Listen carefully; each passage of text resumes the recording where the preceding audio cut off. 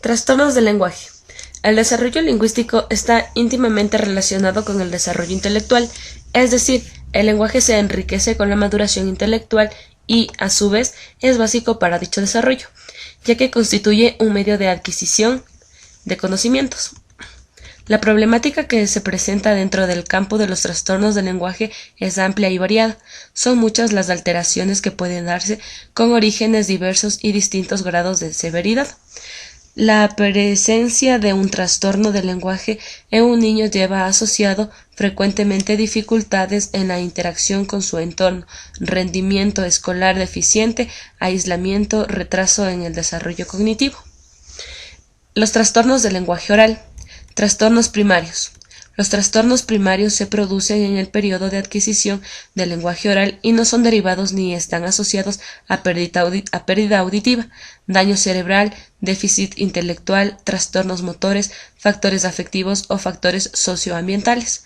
La mayoría de los trastornos, excepto el trastorno específico del lenguaje, suelen generar necesidades educativas transitorias si se realiza una intervención adecuada, pero si se detectan tardíamente o no se trabajan las dificultades de forma apropiada, se puede ver afectada la adquisición de la lectoescritura y como consecuencia todo el proceso de enseñanza-aprendizaje.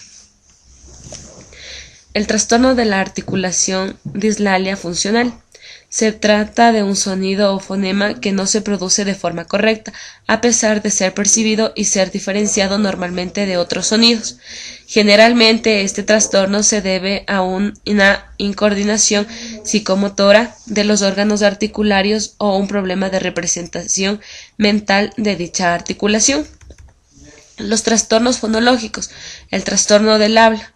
Las dificultades se producen en la adquisición del sistema fonológico. En principio, en este trastorno no aparecen alternadas ni la comprensión oral, ni el desarrollo morfosintáctico, ni el semántico, pero, dependiendo de la gravedad del trastorno, pueden estar afectado el uso del lenguaje y la intencionalidad comunicativa. Retraso del lenguaje. Este trastorno se caracteriza por presentar dificultades en la adquisición de la forma, el uso y el contenido del lenguaje oral. Trastorno específico del lenguaje, disfasia. Este trastorno se caracteriza por presentar severas dificultades en la adquisición del lenguaje oral, mostrando una limitación significativa en la competencia lingüística oral. Trastorno específico del lenguaje de carácter semántico pragmático. Presentan dificultad de comprensión y uso del lenguaje con escasa intencionalidad comunicativa. Les resulta dificultoso decodificar la fonología. Su pensamiento aparece ilógico y difícil de seguir. No son conscientes del impacto que causa su conducta en los demás. No interpretan elementos suprasegmentarios del lenguaje. Trastorno específico del lenguaje de carácter fonológico sintáctico. Es el más común de los trastornos específicos del lenguaje. Presentan un lenguaje poco fluido, con vocabulario reducido y sintaxis muy elemental. La expresión está muy alterada y tienen dificultad para comprender situaciones no contextuales o discursos complejos. Presentan procesos fonológicos de todo tipo y muestran una clara intencionalidad comunicativa. Trastorno específico del lenguaje de programación fonológica. El rasgo más distintivo es la presencia de una expresión muy afectada. El habla está distorsionada debido a la emisión defectuosa que producen sustituciones fonéticas y errores en la secuencia de los sonidos. A veces suplen sus deficiencias expresivas con el uso de un lenguaje gestual más o menos elaborado. Trastornos secundarios. Disglosias. Es un trastorno de la expresión oral debido a alteraciones anatómicas y fisiológicas de los órganos articulatorios. Las causas son de origen periférico, malformaciones congénitas, craneofaciales, trastornos de crecimiento, anomalías adquiridas como consecuencia de lesiones en la estructura orofacial o de extirpaciones quirúrgicas. Las alteraciones anatómicas más frecuentes que podemos encontrar son el labio leporino y la fisura palatina. Hay que añadir el tratamiento quirúrgico, la rehabilitación logopédica. Estos niños pueden acceder al currículum de forma normalizada, pero son alumnos de alto riesgo en cuanto a su desarrollo personal social. De ahí la importancia del trabajo logopédico. Disartrias. Es un trastorno de la expresión verbal causado por una alteración en el control muscular de los mecanismos del habla. Comprende las disfunciones motoras de la respiración, fonación, resonancia, articulación y prosodia. Son frecuentes en el lenguaje de los niños con déficit motor, como consecuencia de alteraciones en el sistema nervioso central, como es el caso de la parálisis cerebral. Afasias. La afasia se define como una privación o alteración del lenguaje, provocada por una lesión cerebral focal, en un individuo que ya había adquirido el lenguaje. Su origen puede ser vascular, tumoral y traumático. La clasificación más frecuente de las afasias se hace en función de la localización de la lesión cerebral y podemos diferenciar los siguientes tipos. Afasia de Broca o expresiva. La lesión está en la tercera circunvolución frontal o circunvolución frontal inferior. Se caracteriza por un déficit primario de la expresión del lenguaje, no estando comprometida la comprensión. Afasia de Wernicke o receptiva. La lesión está en la parte posterior de la primera circunvolución temporal del hemisferio izquierdo. Se caracteriza por una escasa comprensión verbal, acompañada de un déficit de lenguaje expresivo, aunque en menor medida. Afasia de conducción. Es el posible resultado de la evolución de una afasia de Wernicke. Se caracteriza por una alteración moderada de la expresión, así como por una expresión entrecortada, con frecuentes anomías y parafasias. Afasia sensorial transcortical. Las áreas alteradas se sitúan por detrás de la zona perisilviana. Presentan buena repetición, compresión alterada y expresión caracterizada por la normalidad en la relación al débito y a la prosodia, pero con la presencia de anomías significativas. Afasia global o total. La lesión destruye gran parte de las áreas del lenguaje del hemisferio dominante.